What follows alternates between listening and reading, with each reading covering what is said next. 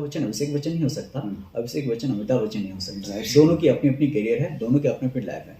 Copy करके आप कुछ नहीं हासिल हो सकती। आपको खुद का एक ऐसा कैरेक्टर बिल्ड करना है जो आपके नाम से जाना चाहिए, वो आपकी यूनिक आइडेंटिटी हो। मैं अपनी लाइफ को कभी भी अचीवर के रूप में कभी नहीं देखा और शायद कभी देख भी नहीं पाऊँ। मुझे ये लगता है कि हर कोई लाइफ में लर्नर है, और जब तक आप लर्नर हैं तब तक अचीवर नहीं, तो आपने अचीव किया ही नहीं। तो मैं अभी लाइफ में अपना एक स्टूडेंट ही हूँ, और वो स्टूडेंट हूँ जो हमेशा सीखना चाहता है।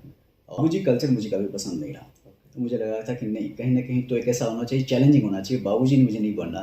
गुंजन जी, आपसे सीधी बातें हमने बहुत कर ली, आप बातों को थोड़ा उल्टा करना चाहेंगे? क्योंकि ये तो थी सीधी बातें जो सीधे तौर पे समझी। अब मैं नमस्कार साथियों, इन इंडस्ट्री के इस नए प्लेटफॉर्म पर आप सभी का स्वागत। मैं हेमंत शर्मा आप लोगों के लिए एक नया वीडियो, एक नया एक्सपीरियंस आप लोगों के बीच लेकर आया हूँ। और आज हमारा विषय जो रहने वाला है वो रहने वाला है टाइम मैनेजमेंट। चलिए, आज इस समय को लेकर ही हम चर्चा करने वाले हैं इन इंडस्ट्री के इस प्लेटफॉर्म पे, जहां पर आज हमारे साथ फन ग्रुप के जनरल मैनेजर गुंजन पांडे जी साथ रहने वाले हैं। और इन्हीं से हम समय की मैनेजमेंट को लेकर विचार इनके हम लेने वाले हैं, और इनसे जानने का प्रयास करेंगे किस तरह से इन्होंने अपने समय को मैनेज किया। और लगभग एक दशक से जो है वो सर्विस इंडस्ट्री या होटल इंडस्ट्री की हम बात करें तो इसमें ये सेवाएं अपनी दे रहे हैं, और किस तरह से अलग अलग ग्रुप्स के साथ जुड़कर इन्होंने आज मुकाम जो हासिल किया है उसको उन्होंने टाइम मैनेजमेंट के साथ किस तरह से जोड़ा और किस तरह से ये सफलता हासिल की है। तो गुंजन जी, पहले तो आपका स्वागत रहेगा इन इंडस्ट्री में। तो जैसा कि आज हमारा विषय है समय जी, तो समय को लेकर आपका अपना अनुभव क्या कहना चाहेंगे? समय का प्रबंधन, टाइम मैनेजमेंट एक बहुत बड़ी रोल प्ले करता है। आप किसी भी इंडस्ट्री में हो, कोई भी काम कर रहे हो, और चाहे वो आप स्टडी से स्टार्ट किया हुआ लाइफ हो, या फिर आपका ऑन गोइंग इंडस्ट्री में आपका एक्सपीरियंस हो, वर्क एक्सपीरियंस हो, पर्सनल लाइफ हो, टाइम मैनेजमेंट एक बहुत बड़ा रोल प्ले करता है। और ये सिर्फ ऐसा नहीं है कि समय से हर कोई काम एक टाइम शेड्यूल पे करना है जी। ये शेड्यूल से हटकर भी चीज़ है। ये आपको क्या फ़ायदा देती है? सबसे नंबर वन बात है कि आपकी प्रोडक्टिविटी जो है, आपकी उत्पादकता जो है, आपके उस समय को जिस सही से यूटिलाइज करते हैं तो आपकी प्रोडक्टिविटी बढ़ जाती है। जी। प्रोडक्टिविटी बढ़ गई, आप कहते हैं प्रोडक्टिविटी तो बहुत अच्छी चीज़ है, तो ये तो क्वांटिटी बढ़ गई। नहीं, क्वांटिटी नहीं बढ़ती है, सही टाइम पे प्रोडक्टिविटी, क्वालिटी प्रोडक्टिविटी आती है। तो एक ज़रूरी है कि आप सही समय पे क्या सही स्टेप आप उठाते हैं, और उस सही स्टेप को कितना अच्छे से आप एग्जीक्यूट करते हैं। वो एजुकेशन ही आपको बताता है कि आप सही टाइम का यूटिलाइज कर रहे हैं, उसमें आपने 100% आपको एफर्ट देनी है। हाँ, वर्क हार्ड तो आपको करना ही है, बट वो उस टाइम पे क्या करना है ये बहुत मैटर करता है। गुंजन जी, मैं आपसे जानना चाहूँगा कि जिस तरह से आप होटल इंडस्ट्री में हैं, शुरुआत से आपकी होटल इंडस्ट्री में ही आपने वर्क किया है, और किया है कितने समय तक किया है, और जीएम लेवल तक पहुंचने में कितना समय आपने लिया? प्रोफेशनल ग्रोथ की जब आप बात करते हैं तो मैंने इस इंडस्ट्री में अभी 14 ईयर्स दी हैं। कहा जाए तो बहुत ज़्यादा वर्क एक्सपीरियंस नहीं कहा जाए, बट मैंने इस टोटल ग्रोथ को एक प्लान किया था। एक ऑब्वियसली ये मेरा प्रोफेशनल करियर होटल इंडस्ट्री में ही रहा है, बट इससे पहले काफ़ी चीज़ें थी जो प्लानिंग थी, हमें ये करना है। एक होता है एक यंग एज पे आप जब पहुंचते हैं कि कुछ ना कुछ एक प्लानिंग होती है, एक लाइफ का मोटो होता है। डेफिनेटली मेरे पास था, 8th थे से स्टैंडर्ड से ही मेरे पास था कि मुझे कुछ ना कुछ करना है। तो उसके लिए वो डिफेंस के लिए था, मैंने उसको क्रैक भी किया, एनडीए भी किया, मैं एसएसबी क्वालिफाइड भी हुआ उसमें। बट कहीं ना कहीं जब ऑल इंडिया पैनलिस्ट में जब मैं नहीं आ पाया, तो एक था कि अब टेक्निकली कुछ करना है। तो उसको भी मैंने प्लान किया कि अभी क्या है, 2006 है, ठीक है, 2006 है तो हम इसके क्या कर सकते हैं। तब तक कॉमनवेल्थ गेम्स इंडिया की अनाउंसमेंट हो चुकी थी, तो डेफिनेटली सबसे पहले से जो इंडस्ट्री जो बूम करने वाला था कॉमनवेल्थ को लेकर वो हॉस्पिटैलिटी थी। तब मैंने हॉस्पिटैलिटी मैनेजमेंट को अपना करियर बनाया, तो मैंने होटल मैनेजमेंट किया।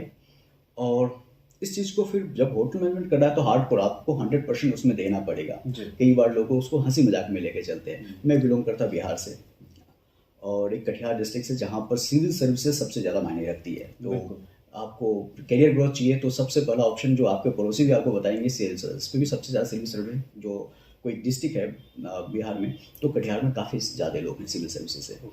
तो बट कहीं ना कहीं उसको मेरे दिमाग से अवॉइड था, और मुझे होटल मैनेजमेंट करना था, तो मैंने 200% उसमें दिया। अब जब स्टार्ट होता है आपका करियर तो आप क्या करेंगे, एक जॉब के लिए ढूंढेंगे। जॉब के लिए मेरे दिमाग में नहीं था। मैं जो सबसे अच्छी जो ऑप्शंस थी यहाँ पर कर सकते हैं जो अपने कोर्स को ख़त्म करने के बाद, वो था मैनेजमेंट ट्रेनिंग।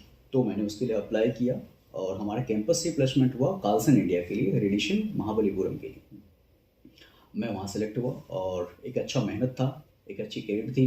यूनिवर्सिटी में मेरा 3rd रैंक था, कॉलेज का मैं टॉपर था, तो मेरे लिए एक अच्छी बात थी कि काफ़ी जो 200% था वो मेरा काम आया और मैंने मैनेजमेंट ट्रेनिंग किया। उसके बाद मैं फ्रंट ऑफिस एग्जीक्यूटिव, क्योंकि फ्रंट ऑफिस डिपार्टमेंट से मैंने मैनेजमेंट ट्रेनिंग किया था, तो वहाँ पर मैं as a front office executive काम किया। उसके बाद मुझे सिलेक्शन हुआ, सूर्यागढ़ जैसलमेर में मैंने काम किया, पिकासो दिल्ली के लिए काम किया, टिओली के ग्रुप ऑफ होटल के लिए काम किया और लास्ट 6 ईयर से मैं फन ग्रुप ऑफ होटल के साथ हूँ। इससे पहले मैं गोवा में था 6-7 मंथ्स और उसके बाद लास्ट 5.5 ईयर से मैं यहाँ पर कसौली में हूँ, द फन सूर्या रिजॉर्ट में। और फन ग्रुप की पहला हिमाचल में जो प्रॉपर्टी है कसौली ही थी और कसौली अभी देखिए इतना बूम कर रहा है, काफ़ी सारे ग्रुप इसमें इन्वेस्ट कर रहे हैं। कुंजन जी, जैसे आपने कहा कि आपके एरिया, आपके डिस्ट्रिक्ट की अगर बात करें तो वहाँ से सिविल सर्विसेज में जो है वो ज़्यादा प्रायोरिटी दी जाती है। तो आप हॉस्पिटैलिटी सर्विसेज में आए, तो आपको परिवार से सपोर्ट मिला इस चीज़ में आने के लिए, या फिर परिवार ने इस चीज़ का विरोध किया और आपको फोर्स किया कि आप सिविल सर्विसेज के लिए ही जो है वो अप्रोच करें? क्योंकि एक प्राइवेट इंडस्ट्री है, एक गवर्नमेंट सर्विस है, और सिक्योरिटी की अगर बात करें तो गवर्नमेंट सर्विस में बहुत अच्छी सिक्योरिटी रहती है। तो दोनों को किस तरह से आपने देखा और किस तरह से तालमेल बिठाया कि आपने जो अचीव करने के लिए गोल टारगेट फिक्स किया है उसी दिशा में आपको बढ़ना है? पहला जो सवाल था कि फैमिली का सपोर्ट, मेरे पेरेंट्स हमेशा मुझे सपोर्ट रहे हैं, जो भी मैंने डिसीजन लिया तो हमेशा उनका यह कि जो इसने कुछ ना कुछ तो निर्धारित किया होगा, कुछ ना कुछ R&D किया होगा और जो कुछ प्रोडक्ट निकला होगा इसके दिमाग में तो कुछ अच्छा ही सोच रहा होगा, तो हमेशा सपोर्ट रहा। बट हॉस्पिटैलिटी इंडस्ट्री स्टार्ट करने से पहले मेरे साथ बहुत अच्छा लगा कि मैंने काफ़ी सारे गवर्नमेंट जॉब के एग्ज़ाम्स पास किए। टोटल मेरे पास अभी देखा जाए तो 26 से पहले का 14 अपॉइंटमेंट्स लेटर हैं जो मैंने कभी ज्वाइन नहीं किया। तो ट्राई अच्छा था, चीज़ें अच्छी थी, वो लुभावनी लगती है, पर कहीं ना कहीं मुझे ऐसा लग रहा था कि एक गवर्नमेंट सेक्टर में जाके मुझे स्टक नहीं होना। कुछ समय कि गवर्नमेंट सेक्टर एक तरह से स्टक सेक्टर था। 26 के आसपास की बात किया जाए तो बाबूजी थे सारे लोग, और बाबूजी कल्चर मुझे कभी पसंद नहीं रहा। तो मुझे लगा था कि नहीं, कहीं ना कहीं तो एक ऐसा होना चाहिए, चैलेंजिंग होना चाहिए, बाबूजी ने मुझे नहीं बनना। तो एक मैंने कहा 6 के बाद एक अच्छा था कि कॉमनवेल्थ गेम इंडिया आ रहा था और मुझे वो अट्रैक्ट किया और ये इंडस्ट्री अट्रैक्ट की। पहले तो यही लगता था होटल मैनेजमेंट है, जो पास का पेरेंट्स का पूरा सपोर्ट था मुझे, पर कहीं ना कहीं आसपास के लोग अच्छा क्या है वहाँ पर तो जाकर दूसरों को खाना खिलाना है ना, चलो सैलड का रेट बताओगे, है ना, जूठे बर्तन ही उठाने हैं। बट एक नेगेटिव माइंडसेट कभी मुझे अट्रैक्ट नहीं किया क्योंकि मुझे पॉजिटिव माइंडसेट दिख रहा था।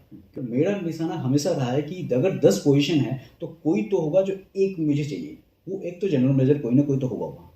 तो मुझे जनरल मैनेजर बनना है, मुझे तो वो नहीं करना है ना जो लोग दुनिया दिखा रही है। तो वो एक माइंडसेट होना चाहिए। गवर्नमेंट जॉब के लिए भी जब मैं अप्लाई करता था तो भी मेरा माइंडसेट क्लियर था, यार इस बार वैकेंसी में हम अप्लाई नहीं कर रहे क्योंकि इस पोस्ट के लिए सिर्फ 4 ओपनिंग है, उसमें से एक ही जनरल है, मुझे तो एक ही चाहिए। मैं उसमें भी यही कहता था, मुझे बस वही एक चाहिए, मुझे 4 की ज़रूरत ही नहीं है, मुझे 10,000 की ज़रूरत ही नहीं, मुझे अपनी सीट चाहिए।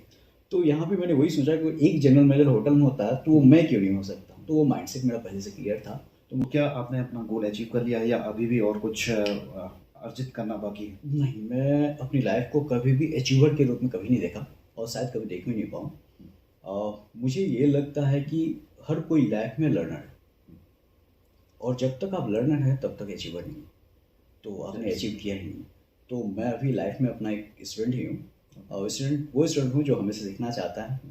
नए लड़के जो होटल इंडस्ट्री में आते हैं उनको देखकर क्या लगता है, झलक दिखती है अपनी किसी होटल इंडस्ट्री के वर्कर में? है, देखिए अभी क्या है कि जनरेशन बाय जनरेशन काम करने का तरीका और टाइम को समझने का तरीका, टाइम मैनेजमेंट करने का तरीका अलग होता जा रहा है। जब हम पढ़ाई कर रहे थे कि स्टार्ट किया था अपने करियर को तो हमारे पास पेन पेंसिल और नोटबुक हुआ करता था, अब शायद वो हट गया है। अभी आईपैड है, डिजिटल पेन है, लोग सारे बुक ई बुक से पढ़ रहे हैं, तो तरीका चेंज हुआ है। बट सीखने की जो ललक है वो सारे स्टूडेंट में तो नहीं मिलेगी आपको। तरीके चेंज हुआ लेकिन टफ भी हुआ है। एजुकेशन पहले जो लेवल था वो आज बहुत कंपटीशन वाला और बहुत टफ, बहुत ज़्यादा कॉम्पिटिटिव हो चुका है। मैंने अपनी लाइफ में एक जनरल पोजीशन यूनिट हेड का पोजीशन 6 ईयर्स में हासिल कर लिया था करियर के।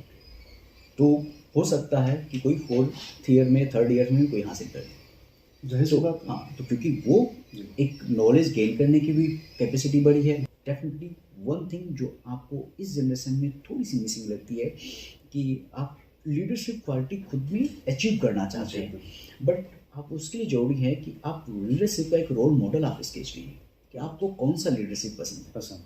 आप उस लीडरशिप मॉडल के पीछे चलिए। दुनिया में बहुत सारे लोग हैं, आप किसी को फॉलो करके आप कॉपी नहीं कर सकते।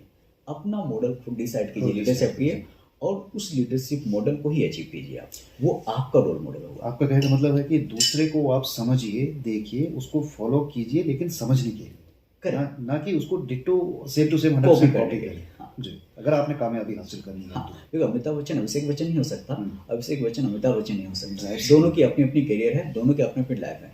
कॉपी करके आप कुछ नहीं हासिल हो सकती। आपको खुद का एक ऐसा कैरेक्टर बिल्ड करना है जो आपके नाम से जाना चाहिए, वो आपकी यूनिक आइडेंटिटी है। गुंजन जी, एक चीज़ और जो मेरे मन में जो सवाल है जी, टफ टाइमिंग आपने भी देखी होगी, तो आपने किस तरह से उस टफ टाइमिंग को मैनेज किया? क्या डिफिकल्टीज रही, उससे क्या एक्सपीरियंस आपने लिया, वो भी आप जरूर बताएं।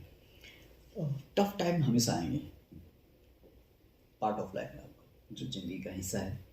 आप ऊपर भी काफ़ी जाएंगे और डाउन ऑब्वियसली आपका आएगा। कभी भी लाइन सीधी नहीं हो सकती। बिल्कुल। तो सबसे पहले बात करते हैं, जब आपका टफ टाइम है, जो लो पीरियड है, आपको उसको कैसे हैंडल करना है।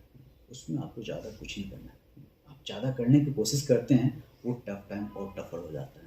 आपको पेशेंसफुली अपने आप को, अपने कैरेक्टर को कंट्रोल करके रखना है, क्योंकि अगर अंधेरा है तो सवेरा होगा। अब उस कैरेक्टर को लूज नहीं कर सकते, पेशेंस रखना है। एक आपको सवेरा मिल गया, अब आप अच्छे टाइम्स आपके शुरू हो गया, आपको लग रहा है कि this is the site, good site आ गई, अच्छा दिख रहा है, सब कुछ अच्छा चल रहा है, तो फिर आपको अगेन पेशेंस रखना पड़ेगा। एप्रिशिएशन दोनों को चाहिए, हार्डवर्क को भी और स्मार्ट वर्क को भी।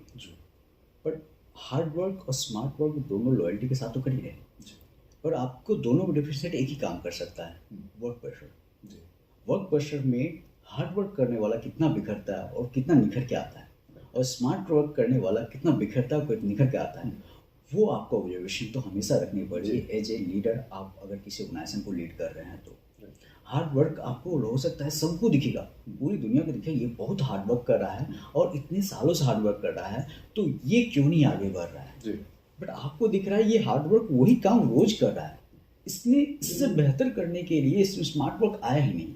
वही हार्ड वर्क करके कोई और पहुंचा हुआ है और वो साइन अपना दिखा रहा है कि मैं और आगे बढ़ सकता हूँ, उसमें इनिशिएटिव लेने की क्षमता है, वो इनिशिएटिव लेके और अच्छा बेटर ऑर्गेनाइजेशन के लिए कर सकता है। वो आपको दोनों ही चीज़ें तब दिखेगी जब वर्क प्रेशर हाई होगा।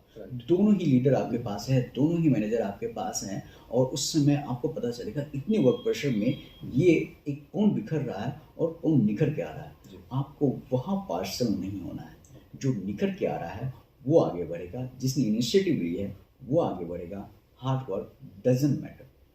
तो चलिए गुंजन जी, बहुत अच्छी और बहुत बेहतरीन बातें आपने हमारे बीच में रखी, और मुझे लगता है हमारे जो साथी हैं वो भी इस इंटरव्यू को बहुत पसंद करें, और वीडियो को शेयर जरूर कीजिएगा और फॉलो कीजिएगा इन इंडस्ट्री प्लेटफॉर्म। और गुंजन जी, आप कॉन्टैक्ट नंबर जरूर शेयर करें, कोई साथी आपसे जुड़ना चाहे या इस होटल इंडस्ट्रीज़ में आना चाहे तो आपकी गाइडेंस उनको मिले, या फिर आपका जो फंड्स हो या ये रिजॉर्ट प्रॉपर्टी है, अगर इस प्रॉपर्टी से भी कोई अटैच होना चाहे तो उसके लिए आप कॉन्टैक्ट नंबर जरूर शेयर करें।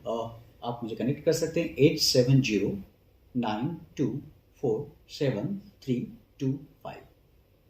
Thank you. तो साथियों, ये था समय का बेहतरीन प्रबंधन को लेकर एक छोटा सा इंटरव्यू, जिसे गुंजन पांडे जी ने हमारे साथ साझा किया अपने अनुभवों को लेकर, और उम्मीद करते हैं ये वीडियो आपको पसंद आया हो। तो फिलहाल अभी के लिए इतना ही। हम आगे जो है आपके साथ फिर किसी और वीडियो में जुड़ेंगे और एक नए अनुभव, नए एक्सपीरियंस के साथ एक नए विषय पर चर्चा आपके साथ आगे बढ़ाएंगे। फिलहाल अभी के लिए इतना ही। धन्यवाद।